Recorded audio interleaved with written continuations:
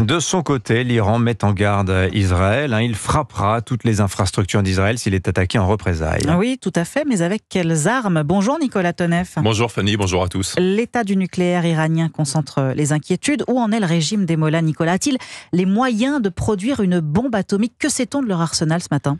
Alors ce que l'on sait, c'est que Téhéran, selon l'Agence internationale à l'énergie atomique, possède assez de matière fissile pour produire 2 armes nucléaires. Cette matière fissile, c'est de l'uranium enrichi. L'Iran en aurait produit 6 tonnes, au moins 6 tonnes. C'est beaucoup plus que la limite autorisée en 2015 de 208 kilos. Alors c'est un petit peu technique, mais cette matière doit être enrichie à plus de 90% pour être utilisable en explosif nucléaire. Or, en juillet dernier, Anthony Blinken, le secrétaire d'État américain, estimait que l'Iran pouvait atteindre cette qualité d'uranium en 2 semaines. Donc si le calcul était exact, Téhéran a en théorie aujourd'hui accès à la production de bombes, mais en théorie seulement, car il faut militariser la charge, la rendre utilisable au moment voulu, à l'endroit voulu. Il faut aussi la miniaturiser pour l'installer dans un missile. Cela prend beaucoup de temps, c'est très difficile à réaliser.